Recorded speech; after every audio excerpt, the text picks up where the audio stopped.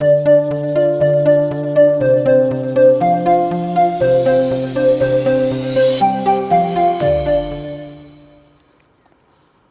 দর্শক, আসসালামু আলাইকুম রহমতুল্লাহি অবরাকাতু। পবিত্র মাহে রমজানের এই বরকতময় মুহূর্তে বিশ্বের যেখান থেকে দেখছেন এখন টিভি, স্বাগত জানাচ্ছি আপনাদের প্রত্যেককেই। খালিদ সাইফুল্লাহ বকশী। দর্শক, আশা করছি সিয়াম সাধনায় আছেন। আল্লাহ তাআলা কবুল করে নিন, আমিন। আপনাদের জন্যে আমাদের বিশেষ আয়োজন ভাইয়া হোটেলস নিবেদিত সংযমের অর্থনীতি। এই আয়োজনটির পাওয়ার্ড বাই স্পন্সর শাহজাদি 2-in-1 মেহেদি, এছাড়াও আমাদের সহ পৃষ্ঠপোষক মন্তাহা স্টিল। আজ আমরা কথা বলতে চাই সংযমে অসংযমে সামাজিক মাধ্যম। এ বিষয়ে কথা বলবার জন্যে আমাদের স্টুডিওতে যোগ দিয়েছেন ডক্টর মীর মঞ্জুর মাহমুদ, যিনি প্রফেসর মানারাত ইন্টারন্যাশনাল ইউনিভার্সিটি। স্বাগত আপনাকে। আসসালামু আলাইকুম রহমতুল্লাহ। ওয়ালাইকুম আসসালাম রহমতুল্লাহি ওয়া বারাকাতুহু। এছাড়াও মালয়েশিয়া থেকে আমাদের সাথে যুক্ত হয়েছেন জাহিদ বিন হাসিম, যিনি ইন্টারন্যাশনাল ইসলামিক ইউনিভার্সিটি অব মালয়েশিয়াতে পড়াশোনা করছেন। শাহেখ, স্বাগত আপনাকে। আসসালামু আলাইকুম রহমতুল্লাহ। ওয়ালাইকুম আসসালাম রহমতুল্লাহ। জি শাহেখ, আমরা তো আজকে কথা বলতে চাই আমাদের যুব সমাজ, তাদেরকে নিয়ে এবং আমাদের সংযমে অসংযমে সামাজিক মাধ্যম এই বিষয়টি নিয়ে। দর্শক, এই বিষয়টির অবতারণা করবার মূলত কারণ আমি মনে করছি যে সেই শৈশবে যখন আমরা ছোট ছিলাম, তখন 2 টাকার ঝুনঝুনি পেয়ে আমাদের শৈশবটা কেটেছে। কিন্তু এখনকার প্রজন্ম কিন্তু জন্মের পরেই অ্যান্ড্রয়েড ফোন সেট পাচ্ছে বা আদার্স ডিভাইস পেয়ে যাচ্ছে এবং অল্প সময় নানান রকম গেমস নিয়ে জীবন গড়ে উঠছে। ফলে গোটা পৃথিবী এখন হাতের মুঠোয়। শেখ, আপনি কি বলবেন? নজরুল বলেছিলেন যে বিশ্বটাকে দেখব আমি আপন হাতের মুঠোয় ভরে। অত আগে তিনি কিভাবে বুঝতে পারলেন জানি না, কিন্তু সেটা এখন আমাদের হাতের মুঠোয়। প্রশ্ন হচ্ছে, এটার ব্যবহার করবার ক্ষেত্রে আমাদের সংযম আর অসংযমের ব্যাপারে যদি পরামর্শ দিতেন। জি, রমাদান কারিমে প্রসঙ্গটা যেহেতু আমরা বলছি, সেহেতু ডিভাইস বা মোবাইলের মাধ্যমে আমরা যে সোশ্যাল মিডিয়ার যে ব্যবহারগুলো করি, সেগুলোর ব্যবহার বিধি নিয়ে কিছু কথা বলা যায়। আর রমাদানের পবিত্রতা, রমাদানে আমাদের যে এইমস অ্যান্ড অবজেক্টিভস থাকে সিয়াম সাধনা, সেটির সাথে মিলি। প্রথম কথা হলো, মমিন জীবনের বৈশিষ্ট্য হিসাবে কোরআন কারিম আমাদেরকে অনেক কথা বলেছে। প্রায় 50-এর উপরে মমিনের জীবন বৈশিষ্ট্য বলা হয়েছে, মমিনের গুণাবলী। তার মধ্যে একটা আছে আনিল লাগবি মরিদুন, যে মমিনরা বেহুদা কাজ থেকে দূরে থাকে। আর রমাদান কারিমে রোজা রাখা অবস্থায় আমাদেরকে সকল খারাপ কাজ থেকে দূরে থাকা, অপ্রয়োজনীয় অনর্থক কাজ থেকে দূরে থাকার জন্য যেমন বলা হয়েছে, পাশাপাশি রমাদান কারিম যেহেতু বহুমাত্রিক কল্যাণ সিক্ত, এর প্রতিটা ন্যানো সেকেন্ডকেই ভালো কাজ দিয়ে, আমালে সালে দিয়ে ভরে দেওয়া দরকার।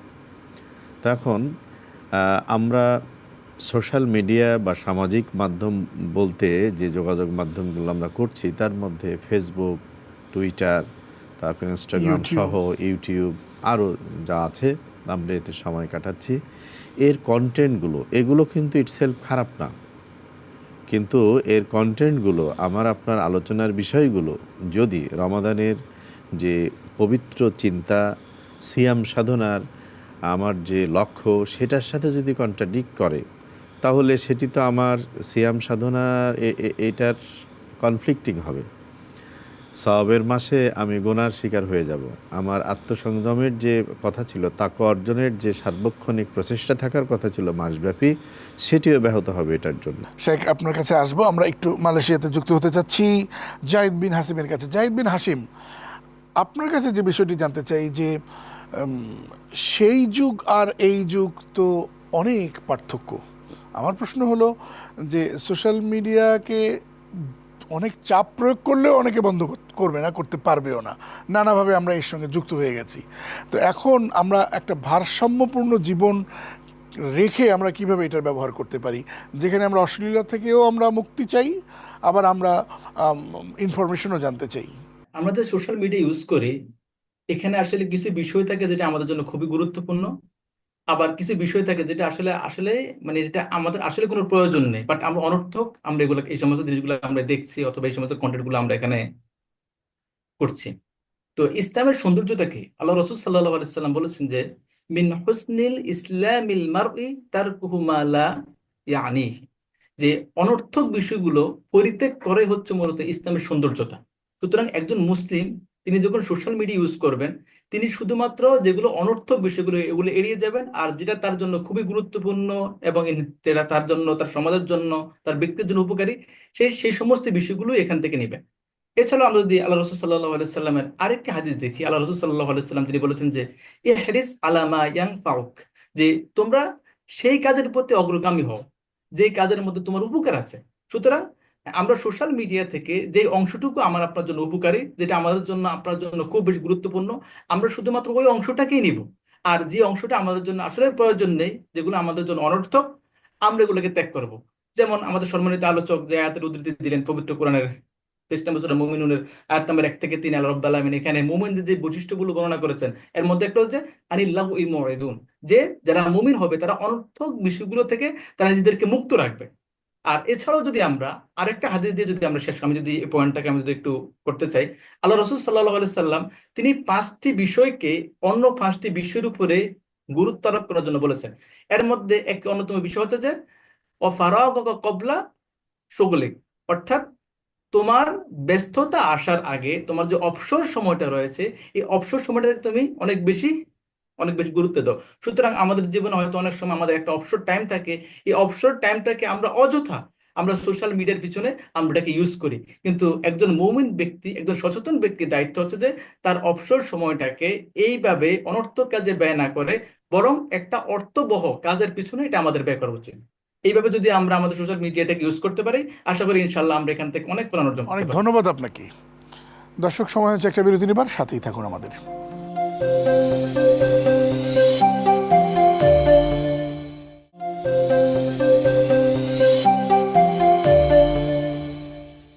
স্বাগত আরেকবার, সাথে ছিলেন অসংখ্য ধন্যবাদ।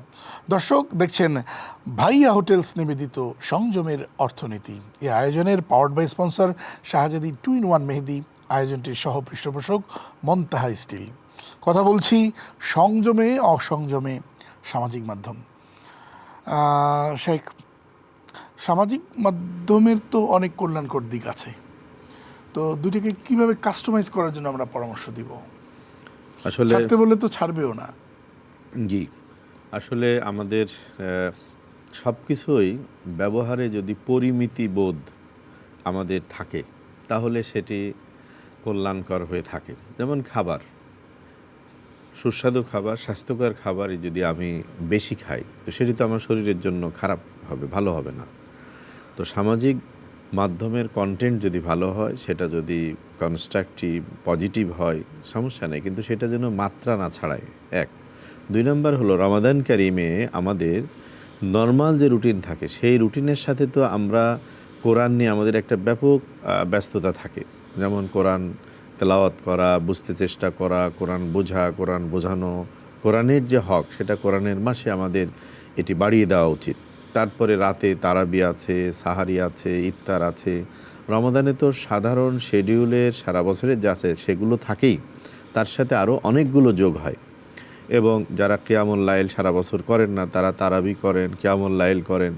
সুতরাং আমি তো দেখি যে রমাদানে এই সোশ্যাল মিডিয়া বা সামাজিক মাধ্যম ব্যবহারটা এ মাসে করার সুযোগ কতখানি থাকে, এটা আমার ক্যালকুলেশনে আসে না।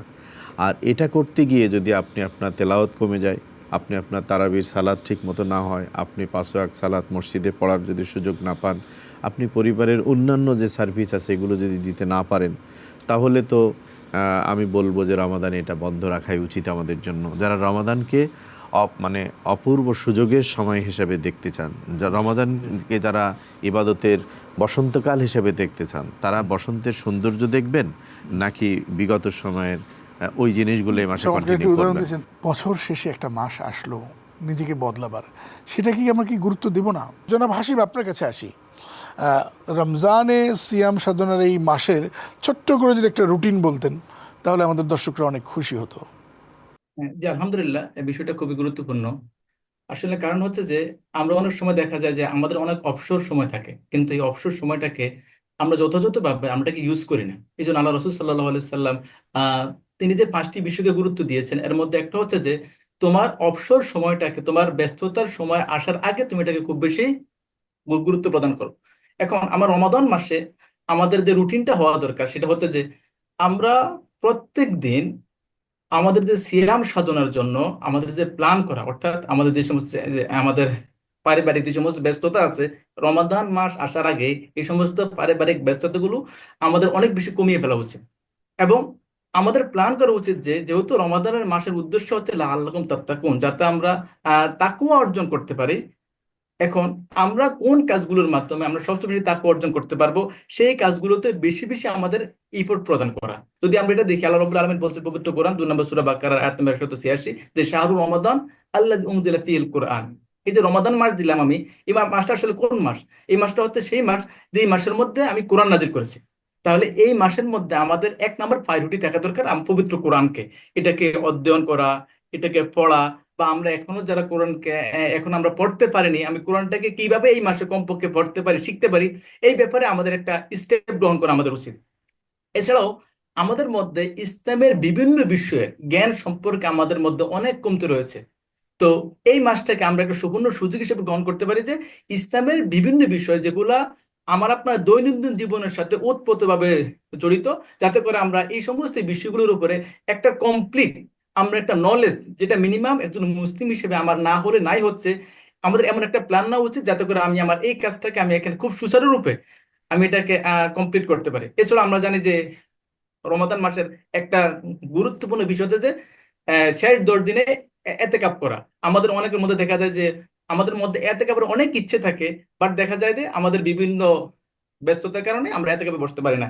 আমাদের উচিত হচ্ছে যে এই সমস্ত যে সমস্ত ব্যস্ততাগুলো আমাদের এতেকাপের ক্ষেত্রে প্রতিবন্ধকতা তৈরি করে, এই সমস্ত ব্যস্ততাগুলো আমাদের এতেকাপ যে সময়টা আসার আগেই এগুলোকে আমাদের শেষ করে নেওয়া, যাতে করে আমি আমি খুব ইজি ভাবে আমি আমার কাজটাকে জি, এতেকাপের যে অনেক কাজটা ধন্যবাদ এই আপনাকে। করতে পারি। আমরা আবারও আসবো ইনশাল্লাহ। দর্শক, সময় হচ্ছে একটা বিরতি নিবার, সাথেই থাকুন।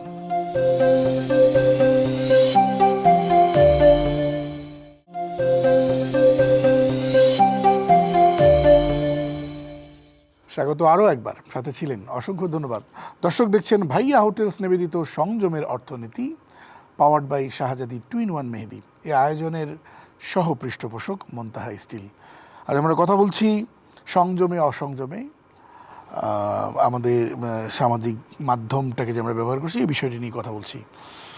শেখ, যে আপনি বলছিলেন তখন আপনার অসম্পূর্ণ কথা আপনি বলতে পারেন। জি, আমরা হঠাৎ করে এই সামাজিক যোগাযোগ মাধ্যম শূন্য হতে পারবো না বা হতে বলছিও না। বলছি রমাদানের যে মর্যাদা, রমাদানের যে পরিচয়, এটি সিয়ামের মাস, এটি কিয়ামের মাস, এটা তেলাওয়াতের মাস। এ মাসের শেষ দশক জুড়ে আছে এতেকাফের কথা। তাহলে এই এতগুলো বাড়তি এবং গুরুত্বপূর্ণ, বাড়তি বলতে অন্য মাসের চেয়ে পৃথক একটা বড় ধরনের সুবর্ণ সুযোগ এ মাসে এসে যায় ইবাদতের। আমি সেটাই বলছি সুপ্রিয় দর্শক শ্রোতাদের কাছে যে আপনারা নিশ্চয়ই ভালো কন্টেন্টই সোশ্যাল মিডিয়াতে দেখেন, সেটা অব্যাহত রাখবেন, কিন্তু রমাদান কারিমে এটাকে আপাতত সাসপেন্ড করে রমাদানের প্রতি গুরুত্ব দিলেই আমার মনে হয় লাভ বেশি হবে। কারণ একজন পরীক্ষার্থী যত আসক্তই হোক না কেন বা যত গুরুত্বপূর্ণই হোক না কেন, পরীক্ষার সময়টা সে বাদ দেয়। পরীক্ষা শেষ, তারপরে সে আবার তার স্বাভাবিক জীবনে আসে। রমাদানের প্রশিক্ষণ যদি আমাদের খারাপ হয়, তাহলে বাকি 11টা মাসে আমাদের দিনই জীবন জিন্দেগি যাপন করা, স্বাভাবিক সুন্দর জীবনযাপন করা কিন্তু দুর্বল হবে। প্রশিক্ষণ যত সুন্দর হবে, আপনার কার্যক্রম তত সুন্দর হবে। রমাদানের প্রশিক্ষণের যে এনার্জি, যে আপনার প্রেরণা, এই ইন্সপিরেশনটাই কিন্তু একটা মোমেন্টকে বাকি 11 মাস তাকে সুন্দরভাবে দিনের পথে সুদৃঢ় থাকার জন্য প্রেরণা যোগায়। সুতরাং প্রশিক্ষণকালীন সময়ে তো আমরা স্বাভাবিক অনেক কিছু ত্যাগ করি। ইভেন প্রশিক্ষণের সময় ঘুমের পরিমাণও কমে যায়, অন্যান্য কাজ বাদ পড়ে যায়। প্রয়োজনে প্রশিক্ষণের জন্য প্রশিক্ষণ কেন্দ্রে গিয়ে আমরা সব কিছু ছেড়ে হাজির হই। সুতরাং রমাদান তো হচ্ছে একটা ইনস্টিটিউশন। এই ইনস্টিটিউশনের একটা সুনির্দিষ্ট আছে, এজেন্ডা আছে।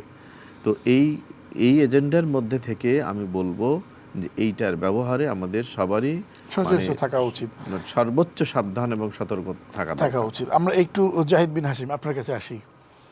সামাজিক মাধ্যম ব্যবহার করতে করতে অযাচিত অনাকাঙ্ক্ষিতভাবে এমন কিছু অশ্লীল জিনিস চলে আসে, যেমন নারীদের দেখবার ব্যাপারে বলছে কুল লিল মুমিনিনা ইয়াগুদ্দু মিন আবসারিহিম ওয়া ইয়াহফাযু ফুরুজাহুম।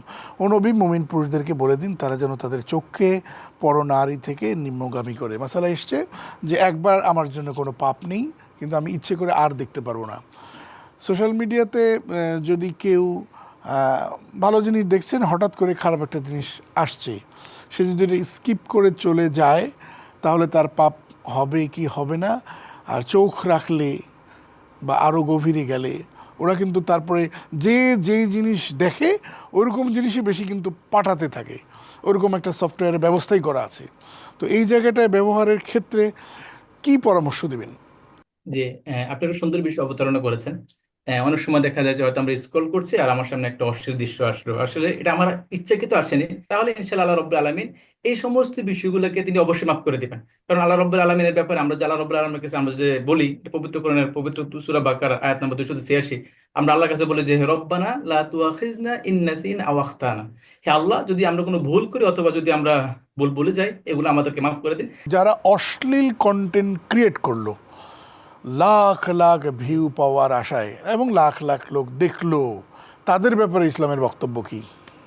জি, আমি যদি জাস্ট একটা আয়াতের উদ্ধৃতি দিই, যেটা আল্লাহ রাব্বুল আলামিন উল্লেখ করেছেন পবিত্র কোরআন 4 নম্বর সূরা নিসা আয়াত নম্বর 85, আল্লাহ সুবহানাহু ওয়া তাআলা বলছেন মাইয়াশফা শাফাআতান হাসানাতান ইয়াকুন লাহু নসিবুম মিনহা ওয়া মাইয়াশফা শাফাআতান সাইয়্যাতান, অর্থাৎ যদি কোনো ব্যক্তিকে সৎ কাজের জন্য উৎসাহিত করে সে তার থেকে অংশ পাবে, ঠিক তেমনি ভাবে যদি কোনো ব্যক্তি অন্য কোনো ব্যক্তি থেকে অশ্লীল কাজের জন্য পাপের জন্য যদি কোনো ব্যক্তি হেল্প করে তাহলে সেই ব্যক্তি এখান থেকে অংশ পাবে। তাহলে আমি যে অশ্লীল কন্টেন্ট আমি কিন্তু তৈরি করছি অনেক টাকা উপার্জনের জন্য বা অন্য কিছুর জন্য, আমার এটার মাধ্যমে যতগুলা মানুষ দেখবে তারাও কিন্তু, তারা যে ওদের তো পাপ হচ্ছে, ওদের একটা পাপের ভাগ কিন্তু অটোমেটিক আসলে এটা আমার যে আমল নামার মধ্যে এটা আসলে চলে আসতেছে। অনেক ধন্যবাদ আপনাকে মালয়েশিয়া থেকে যুক্ত হয়ে আমাদেরকে পরামর্শ দেওয়ার জন্য। শাহেক, আপনাকে অসংখ্য ধন্যবাদ, মহামূল্যবান সময় দিয়েছেন। আপনাকে অসংখ্য ধন্যবাদ। দর্শক, আজ এ পর্যন্তই। দেখছিলেন ভাইয়া হোটেলস নিবেদিত সংযমের অর্থনীতি, পাওয়ার্ড বাই শাহজাদি 2-in-1 মেহেদি। এ আয়োজনের সহ পৃষ্ঠপোষক মুনতাহা স্টিল। আজ এ পর্যন্তই। আসসালামু আলাইকুম রহমতুল্লাহি ওয়া বারাকাতুহু।